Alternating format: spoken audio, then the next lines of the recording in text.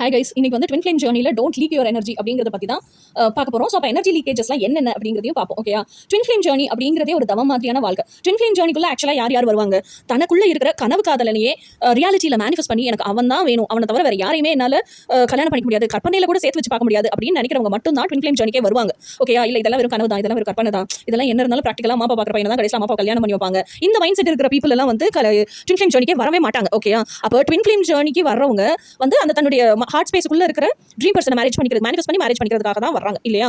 So அப்போ அந்த dream பர்சனை மேனிஃபெஸ்ட் பண்ணணும் அப்படின்னு சொன்னா நம்ம முதல்ல நம்மள அதுக்கு தகுதிப்படுத்திக்கணுமா இல்லையா? ஸோ அதுக்கு தகுதிப்படுத்திக்கிறதுக்கு ரெண்டு முக்கியமான விஷயங்கள் இருக்கு. ஃபர்ஸ்ட் விஷயம் என்னன்னா, நீங்க கம்ப்ளீட்டா ஹீல் ஆகுறது. அந்த கம்ப்ளீட்டா ஹீல் ஆகுறதுனா என்ன அப்படின்னு சொன்னா, உங்க பேரண்ட்ஸ் கூட இதுக்கு முன்னாடி இருந்த பாஸ்ட் எமோஷனல் ரணங்கள், அதே மாதிரி சப்போஸ் நீங்க மேரிட் பர்சனா இருந்தீங்க, இல்ல நீங்க இதுக்கு முன்னாடி ஒரு ரிலேஷன்ஷிப்ல இருந்தீங்க அப்படின்னு சொன்னா, அந்த ரிலேஷன்ஷிப் கூட ஒரு பர்சன் கூட இருந்திருப்பீங்கல்ல, அவங்க மூலியமா உண்டான எமோஷனல் ரணங்கள் இது ரெண்டுமே கம்ப்ளீட்டா ஹீல் ஆயிருக்கணும். கம்ப்ளீட்டா ஹீல் ஆயிருச்சுங்கிறது உங்களுக்கு எப்படி தெரியும் அப்படின்னு சொன்னா, முந்தியெல்லாம் நீங்களே யோசிச்சு பாத்தீங்கன்னா, ஒரு சண்டை வருது அப்படின்னா அந்த சண்டையை தொட்டு என்ன பிரச்சனையோ அந்த பிரச்சனையோட பலசுன்னு ஃபர்ஸ்ட் சண்டையில இருந்து செயின் மாதிரி எல்லாமே நம்மளுக்கு தோணும். இந்த தேதியில இதுக்காக சண்டை போட்டான், இப்படி சண்டை போட்டான், இந்த வார்த்தையை பிரயோகம் பண்ணா எனக்கு இது பிடிக்கல, இந்த அளவுக்கு விகரசா சண்டை போட்டான், கத்தி ஆர்ப்பாட்டம் பண்ணி சண்டை போட்டான், இது எல்லாமே ஞாபகத்திலேயே இருந்துகிட்டே இருக்கும் பெண்ணுக்கு. ஆனா ஹீல் ஆயிருச்சு அப்படின்னு சொன்னா சண்டை போட்டோங்கிறது மட்டும் தான் ஞாபகம் இருக்குமே தவிர எதுக்காக சண்டை போட்டோம், எப்ப சண்டை போட்டோம், எந்த மாதிரி சண்டை போட்டோம், இது எதுவுமே ஞாபகம் இருக்காது. ஒரு துளி கூட ஞாபகம் இருக்காது. சண்டை போட்டோம் ஞாபகம் இருக்குமே தவிர, அதுல கத்துக்கிட்ட லைஃப் லெசன் ஞாபகம் இருக்குமே தவிர சண்டை எதை பத்தியும் கூட ஞாபகம் இருக்காது. இதுதான் forgive and forget அதனுடைய முழுமை. சோ அந்த அளவுக்கு நீங்க forgive பண்ணி forget பண்ணிட்டீங்க அப்படின்னா ஹீலிங் வந்து ஓரளவுக்கு கம்ப்ளீட் பண்ணிட்டீங்கன்னு அர்த்தம். ஓகேயா? சோ இந்த ஸ்டேஜை ஃபர்ஸ்ட் அடையணும்.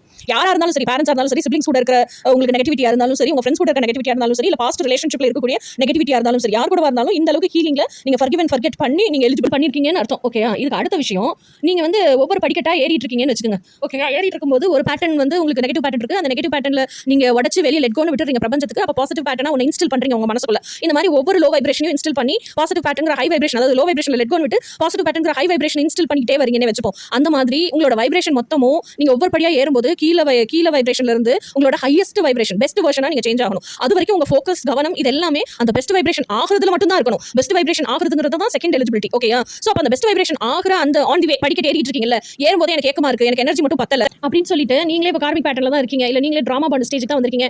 அந்த ஸ்டேஜ்ல இந்த ஏக்கம் எல்லாமே இருக்கு, என் கஷ்டத்தை சொல்றது கூட ஒரு ஆள் இல்ல, சாஞ்சு அழுகுறது கூட ஒரு தோல் இல்ல அப்படின்னு எல்லாம் ஆள் தேடிங்கன்னா, நீங்க என்ன வைப்ரேஷனாக இருக்கிறீங்களோ, நீங்க டிராமா பண்ண வைப்ரேஷனா இருந்தா அதுக்கு தகுந்த பர்சனை தான் நீங்க அட்ராக்ட் பண்ணுவீங்க.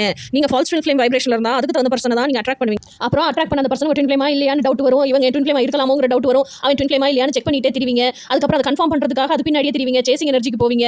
இவ்வளவு அண்ட் எனர்ஜி வேஸ்ட். அதுக்கப்புறம் இப்போ ஒரு பர்சன் பின்னாடியே போறீங்கன்னா அந்த பர்சன் பின்னாடி எவ்வளவு காலம் இருக்கீங்களோ, அப்போ ஒரு ஃபால்ஸ் ட்வின் ஃப்ளேம் பின்னாடி இல்ல டிராமா பண்ண பர்சன் பின்னாடி 3 வருஷம் இருக்கீங்கன்னு வச்சுக்கோங்க. அந்த 3 வருஷம் வேஸ்ட் தானே. அப்ப அந்த 3 வருஷமா நீங்க வந்து லைஃப்ல கத்துக்கிறீங்களோ இல்லையோ, உங்களோட ட்ரூ ட்வின் ஃப்ளேம் மேனிஃபெஸ்ட் பண்றதுக்கான அந்த கால அவகாசம் போஸ்ட்போன் ஆகிட்டே போயிட்டு இருக்கு. அப்போ நீங்க தான் உங்க எனர்ஜி வேஸ்ட் பண்றீங்க, நீங்க தான் உங்க எனர்ஜி லீக் அவுட் பண்ணிட்டே